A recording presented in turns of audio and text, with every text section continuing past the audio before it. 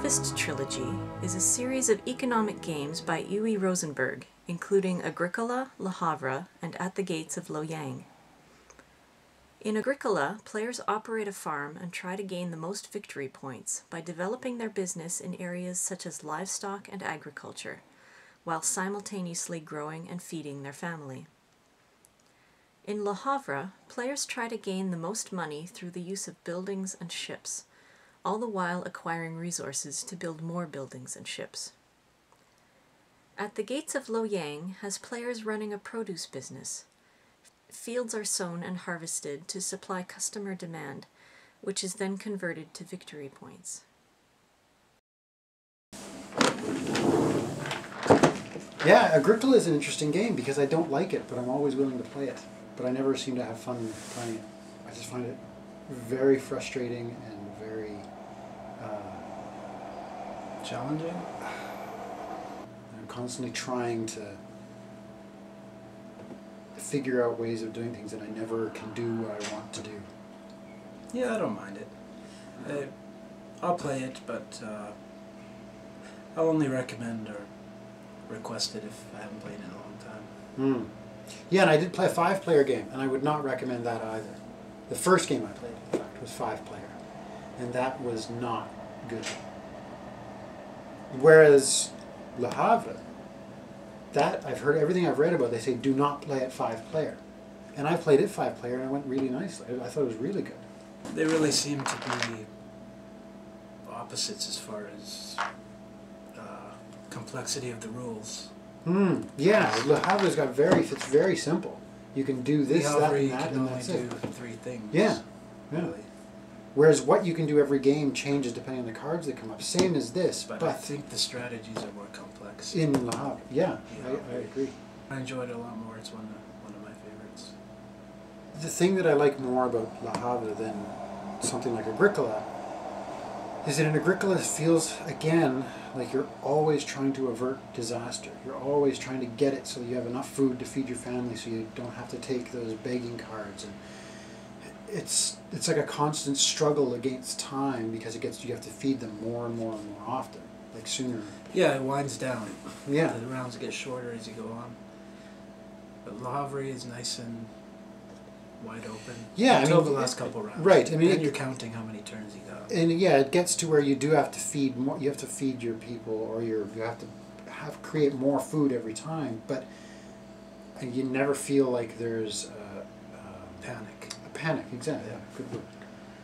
And then this one seems like it's sort of I don't know how to describe At the Gates of Loyang. It's the least interactive. Yeah, because you're not always vying for spots. Yeah. It's more of a card. There's a card drafting mechanism in that, which is kind of nice. Yeah, well, Agricola, you're competing for space, and Le Havre, you're competing. You have all these buildings, which you have to use other people's buildings, and you pay them for it. And using it blocks them from being able to use it as well. Whereas this, all you can really do is... You got your own little space. But you can sometimes get cards that allow you to deliver to another person's customer, which isn't really that big of a... Pretty rare. Negative, yeah. And they always get a bonus of it. Or usually. It's almost like Dominion. How so? You're just doing your own thing. You're trying to build your own little engine. No, I could see that, yeah. No, but it's all essentially building... You're trying to create this little engine that generates income. And you're just going to churn away. Whereas, actually, the one thing I like about this, though, is that you can set up a good system, but eventually it's going to run out. Like, you're gonna finish selling to whatever customer you have, and then you're going to need somebody else. You're going to need to replace it.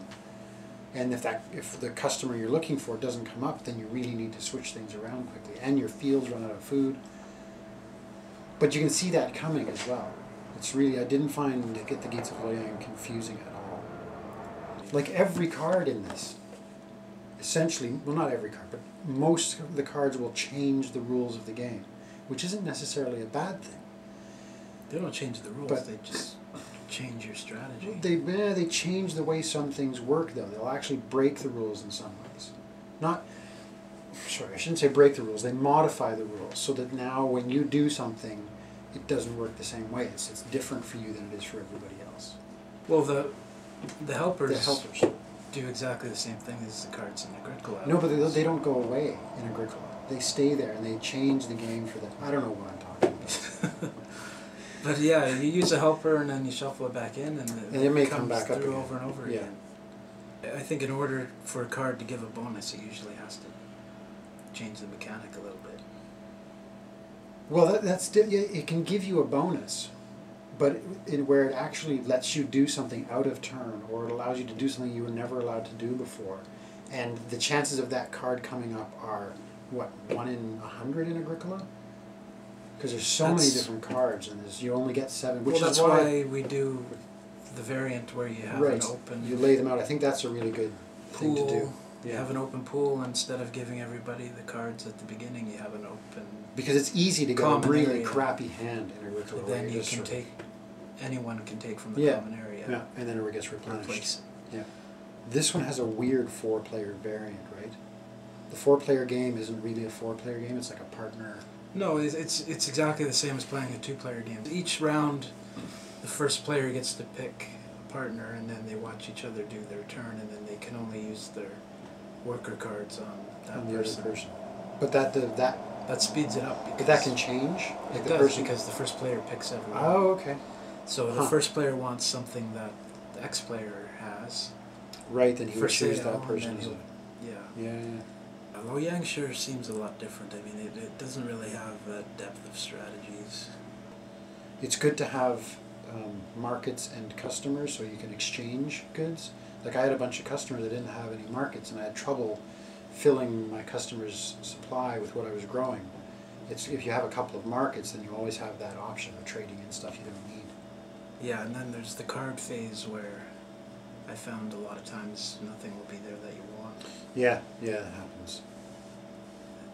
It seems like as these came out, this one is completely unforgiving. Agricola, yeah, just mean. And then Le Havre, he became a little more forgiving, in that you can exchange money for food. And then at the gates of Loyang, it really seemed to have loosened it up a little bit more. Like pretty well know the second to last round who's going to win. Right.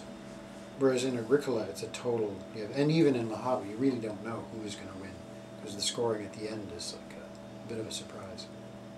Yeah, you're right. And in this, because the scoring is so obvious and so hard to score points, like there's so few points scored that I could see that it's pretty obvious who's going to come out ahead. I'd say I like them in that order, with this one being a distant third. Definitely a distant. But that's the most popular. Yes, I know. I guess I'm just going against the grain there. You're just a rebel? In what order would you place them?